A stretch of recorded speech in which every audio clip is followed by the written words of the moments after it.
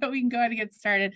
So for those that don't know, in addition to H.I.R.E, I also run a consulting company called Medlin Workforce and Reentry Solutions. We specialize in workforce development and reentry. And so this project, actually, that I'm going to talk about today was a result of a kind of a landscape project that we did last year through the Office of Diversion and Reentry over in LA County. So ODR, now known as JCOD. And so what they were originally doing, this project was funded by Prop 47 funds, and it was to see different sectors of the community and how it related to like reentry employment. So how they could get people jobs into these different sectors. So my team worked specifically on the healthcare sector.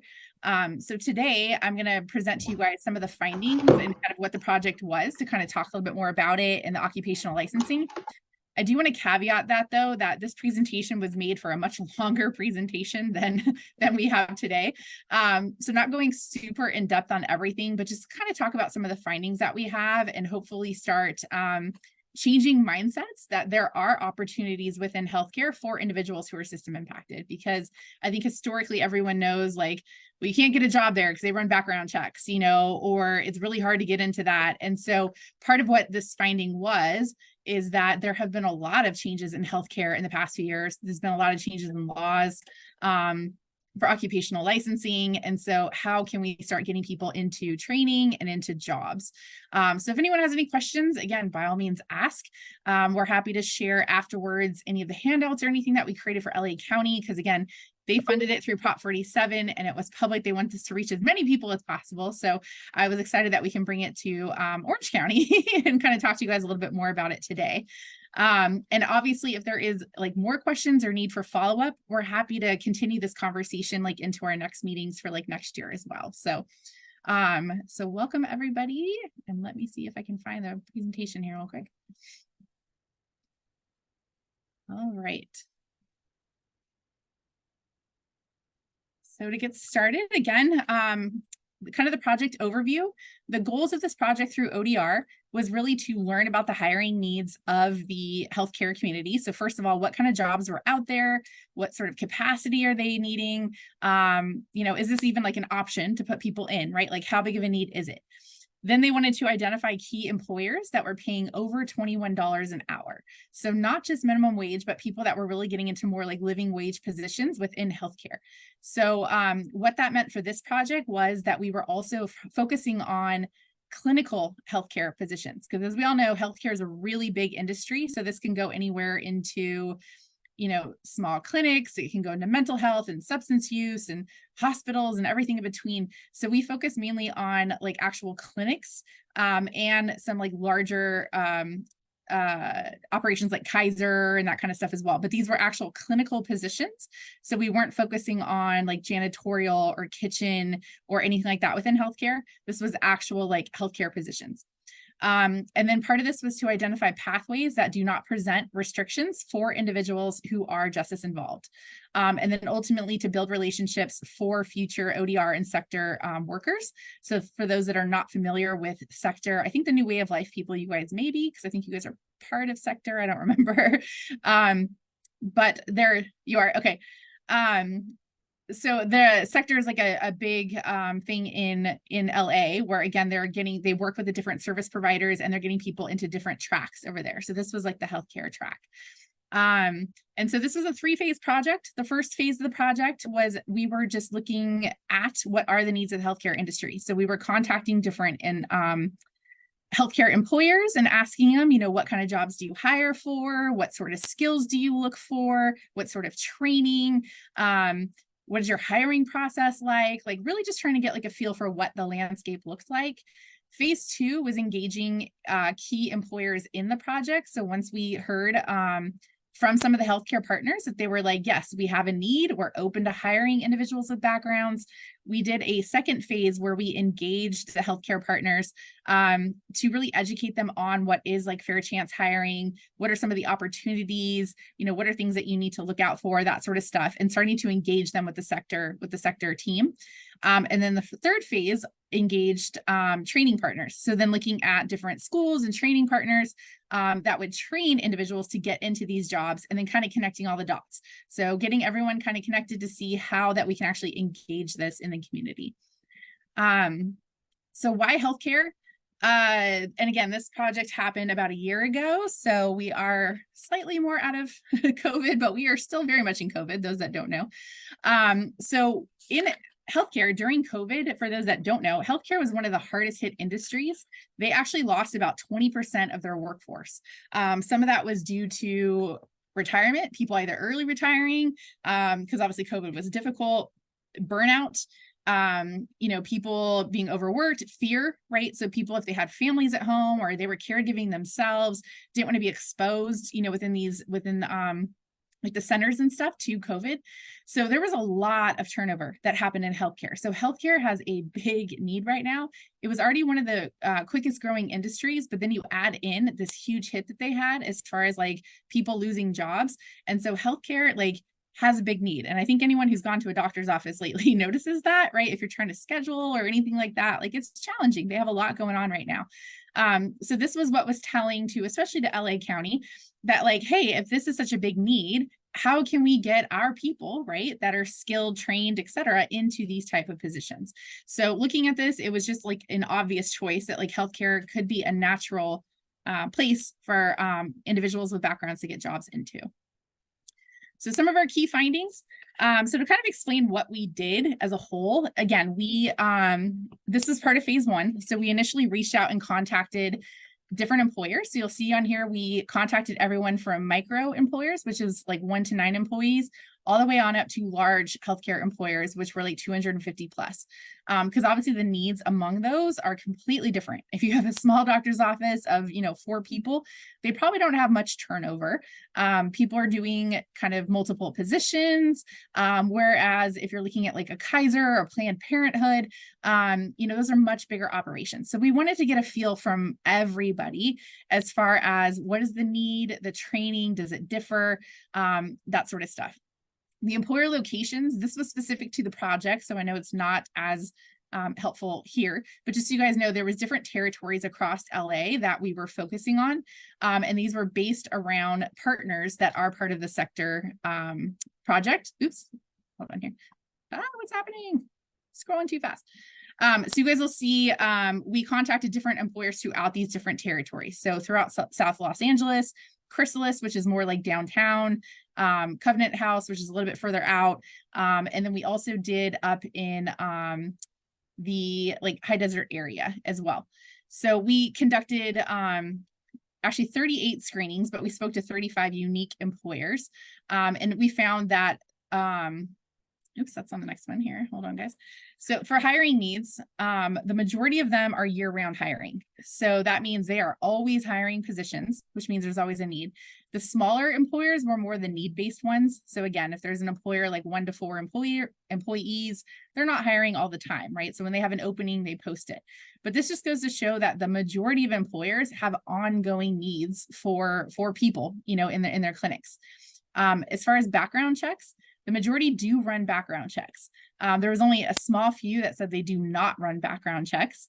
And out of the 35 employers, there was only 2 that explicitly stated they would not hire somebody with a conviction.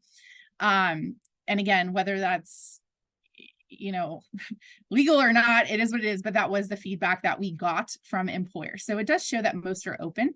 The majority of the employers that we spoke to about background checks did say it was it kind of depends on what the person's convictions were, how long it's been. They kind of take into account the entire situation. There were quite a few that mentioned ban the box and fair chance hiring policies, which was promising to us to show that employers are educated and aware of these policies that are out there and they're following them, which is promising as well. But we also know in reality, it's one thing if employers say they do it, and then it's one thing if they actually do it, right? So getting employers in there or employees in there can be a challenge, but we did talk to several that have said we do hire people. We do have people in here that do have background checks, as long as it's not applicable to the position that they're doing. So for instance, even this morning, actually, we spoke to a healthcare employer, and she was sharing that, you know, if somebody has theft and they're working like front desk where they're handling cash, that could be something obviously that they would not consider somebody for, but they would be open to other things, you know, depending on the person's situation, kind of what they're doing now. Some other kind of key findings during this period was drug screening. So the majority of employers actually did not share that they do drug screenings, but they do health screenings. So that's kind of implied that it's part of their drug screening package. The majority said also that it's also on like a needs basis or a suspected basis. So obviously if somebody comes in, they suspect they may be under the influence, they would run a drug screening, which is pretty standard. There were several, though, most of the larger employers that said they follow federal guidelines. And so what that means is that they do not allow people who like use THC. So even though it's like legal by the state, a lot of the larger healthcare employers do follow federal guidelines, which means that they do not consider people who will have who do have THC in their system. So that's something to keep in mind when you're screening like employees as well. Some other findings that we got was there was a huge need for individuals to be bilingual. We are in Southern California. Being bilingual is a huge need. So that is something, if you do have bilingual candidates, that can obviously be a selling point for them as well to get into these employers. And then with the background checks, there are some that had restrictions. So for sites that had locations on school grounds, so there's a few of them, like Planned Parenthood, who else did we talk to? Asian Pacific Healthcare Venture, some others that have locations on schools. They conduct very thorough background checks, including a live scan. So it's a much different process. So for those, there can be some restrictions for individuals to get jobs. That said, though, across the board, there was no universal agreement on like, if your candidate has this background, they can't get a job with us. So everybody, for the most part, was like case by case, or were open to learning about it because they had such a big need within their roles. So that was kind of for the first phase. So phase 2 finding, again, this is the part where we actually engage the employers in the conversation. So asking them like, what are your needs? What are your concerns? Because even though some were open to hiring, they still some of them still had concerns, right? Like, we're open to hiring, but we've never actually hired from this population. You know, what does that look like? You know, that sort of stuff. So we had this whole workshop with them where we provided education to the employers, answering questions and kind of getting them engaged in the process. So some of the overall themes that came out of that, we also met with the sector partners. So we did meet with the partners that are engaged in sector, so the service providers. And it was kind of interesting because we heard a lot of similar themes on both sides, both on the sector partners and the employer. And this was one of them, was that there's just a lack of people inquiring about or even applying to healthcare positions. And those of us who have been in employment for a long time understand that a reason for that is because people generally don't think they can get jobs in this industry. So it may not necessarily be that there isn't an interest in it. It may just be that there's kind of like this general understanding that people can't get jobs in it. So part of our jobs is to start encouraging people, right? You know, that they can apply for these kind of things. And I'll go through some of the occupational licensing stuff as well, because there are some restrictions for certain positions. Because there are general positions that don't need licensing, and then there are positions that do need occupational licensing. So like a CNA, an LVN, an RN. And so we'll go through some of that as well, some of the restrictions. Also that the employers were having an extremely difficult time hiring and would be open to considering system impacted candidates. So another kind of barrier that we were hearing was, since COVID, getting a COVID vaccination is now a requirement among a lot of employers, especially in healthcare. But I remember when I first got started in healthcare years and years ago, the requirement was flu shot. And if you didn't get a flu shot, you would have to wear a mask, you know, during flu season kind of thing. So now with COVID, it's kind of like the new beast where they're requiring COVID shots. and they're getting people through like the pre-employment, but once they get to that part with the health screening, there's a lot of people who are saying, I don't want a vaccination, I'm out. And so between just general availability of candidates, et cetera, there is a huge need. So this is where we were hearing employers that they're like, we're offering signing bonuses, we're offering all these things, and we're still not getting candidates. So yes, we would be open to a different pool of candidates that we've never considered before. So for our populations, this was extremely promising to see that like there is opportunity out there, you know, within these employers, and they're open to learning about it. So that's kind of our jobs as job developers, as employment agencies, as training partners, to educate those employers as well and help support them throughout the system.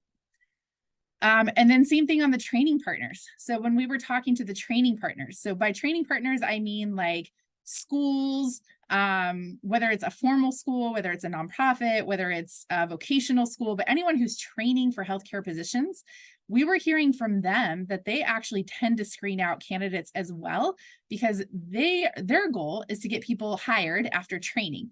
So they were under the impression that people couldn't get jobs. So they were screening people out as well. So this was something where we were trying to align the training partners with the employers, with the sector partners to say, okay, well, if employers are saying, yes, we'll hire them, and the sector partners are saying, we have them, the training partners, right, can get on board and say, great, we'll train them. And so then we can get people together. So this is something too, I would love for us to see in Orange County as well, for us to start kind of working on and focusing on. And I know we have a couple people in here from different training and whatnot. So just putting it out there again, that if we can start kind of educating and kind of changing this mindset, hopefully we can open up more avenues for our clients. All right, so some of our career pathways. And sorry, I'm talking a lot, so I got a drink here. So in actual career pathways, there are 7 career pathways. These are 7 known career pathways within employment, like period. Any job falls within one of the 7 career pathways. And those are generally architecture, agriculture, food, architecture, construction, arts, business, education, finance, government, etc. So one of the healthcare clusters is health science, and this incorporates everything that has to do with healthcare. It's both natural and behavioral health sciences. It's relating to medicine, our healthcare system. So within the healthcare pathway, there is 5 healthcare clusters. So these are the 5 clusters that fall within healthcare. And you'll see on here, it pretty much covers every job you can think of that has to do with healthcare. So there's biotech, diagnostics, health informatics, health support services, therapeutic. The majority of jobs that kind of like clients would go into under this are usually under like health support services, therapeutic, and then sometimes under health informatics. Obviously, some of the other ones are more technical, require more schooling, more education. So would love to see more people get into those jobs. But for basic kind of like entry-level people, the main ones are going to be like health support services, health informatics, and somewhat of therapeutic services. So on that, what we did is we created handouts for each of the healthcare clusters. So for each of the healthcare clusters, it has an overview of what the cluster is, what are potential careers in there, and what are potential earnings. And it's not on this page, but we will, and I realize it's not on my website yet either, but we will get these out to you guys as well for you guys to take a look at them. They were created specific to LA and for their sector partners. But on the back side, what it does is it has a educational pathway, which shows different types of jobs that you need with a diploma, which ones you need with like an AA, which ones you need with a bachelor's degree. So you can kind of see the pathway which within each of these clusters for people to go. It also defines on there which ones require occupational licensing and which ones do not. Then there's training partners on there, potential employers. So these were like, it was hopefully super helpful for people working on that side of the field. If you have an individual interested in one of these pathways, you can kind of pull this out and say, okay, well, here's kind of what we need to do to get to that level. Here's potential pay, that sort of stuff. So we will definitely share those out with you guys as well. And here's, a couple of the other ones just to show that we did one for each one. Oh, and then I should point out on the overall career pathways one, on the background, so it shows you each of the clusters, but on the back page, it does have about occupational licensing as well, which we'll go through right now to talk a little bit about. I guess I'll throw it out to you guys. Does anyone know like about occupational licensing versus like normal jobs, like what the difference is?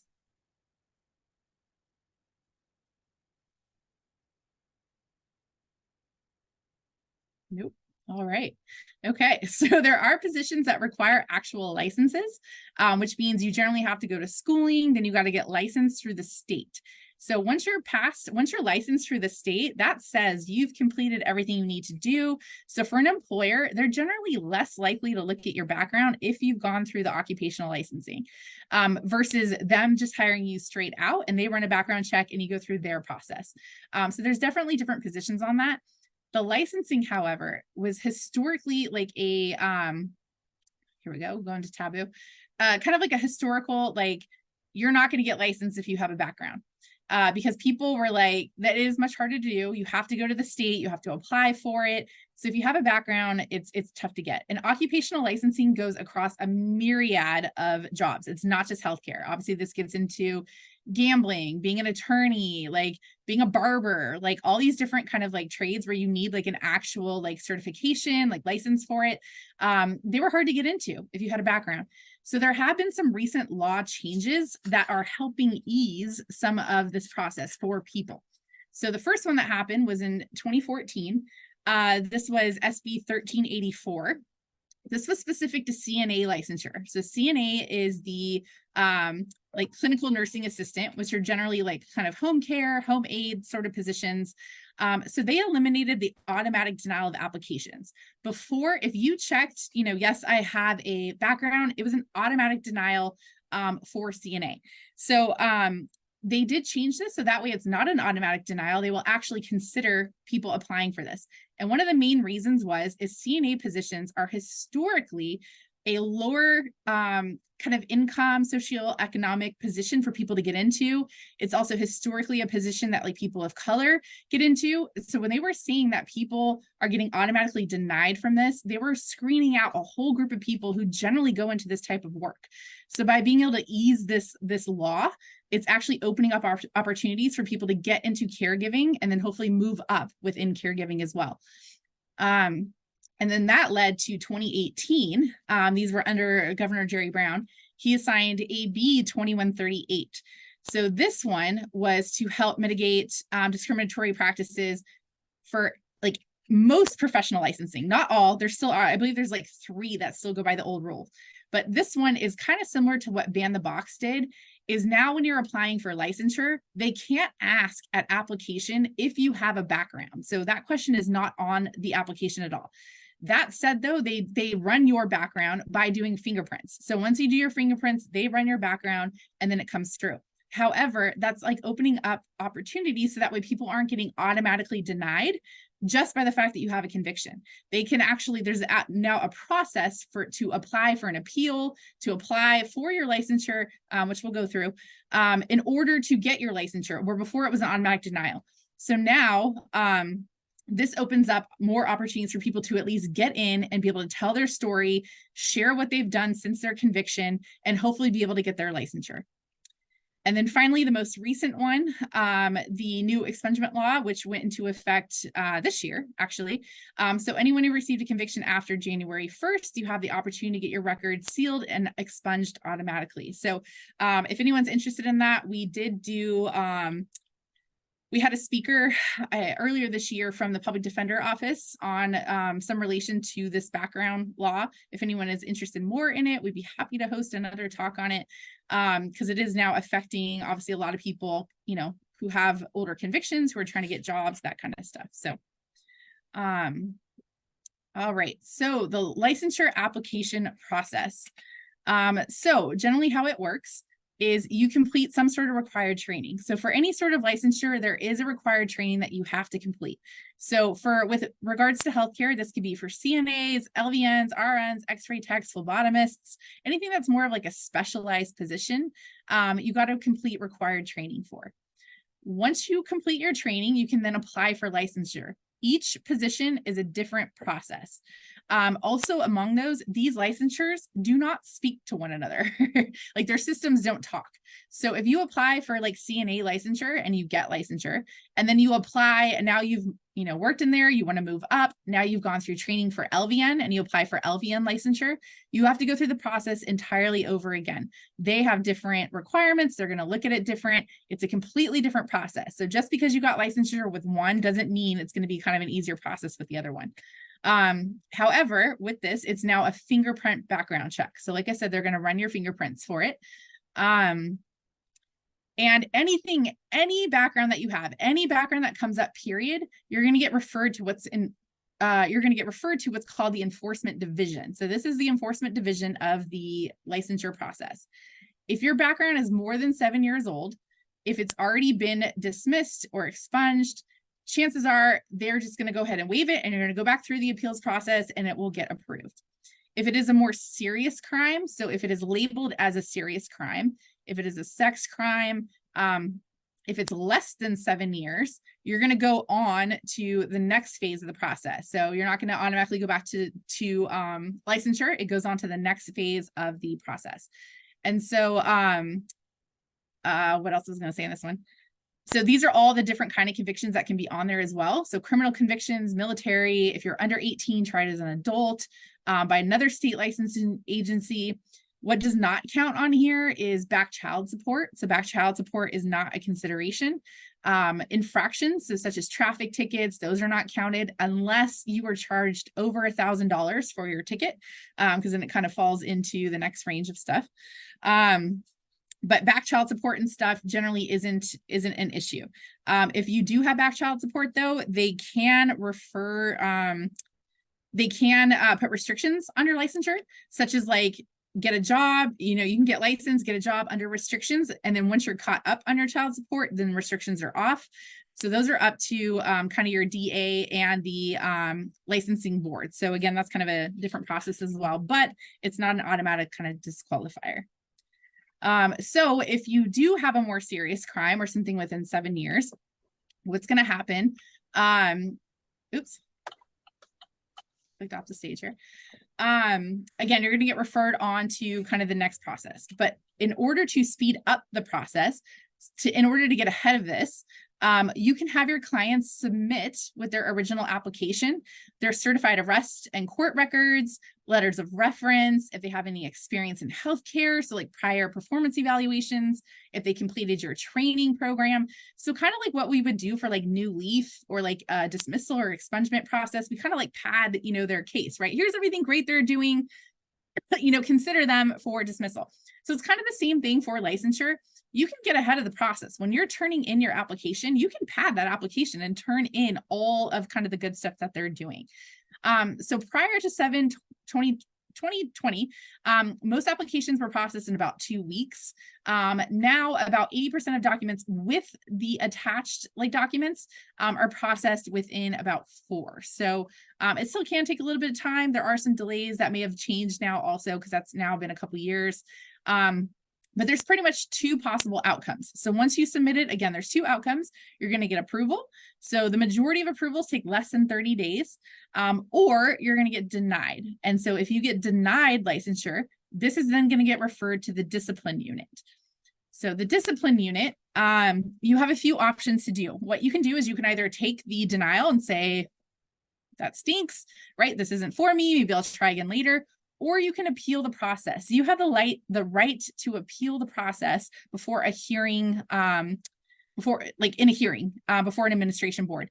So what that person will do, they will get a letter in the mail stating their options and what they can do. And then what they can do is then submit that.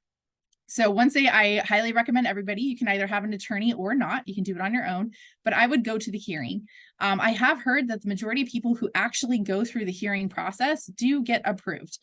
So as long as, again, you don't have anything that's a total outlier, again, certain sex offenses, certain serious convictions may be still automatic denials. So this is where you guys kind of need to do research ahead of time with your clients as well before you even get them into the training process.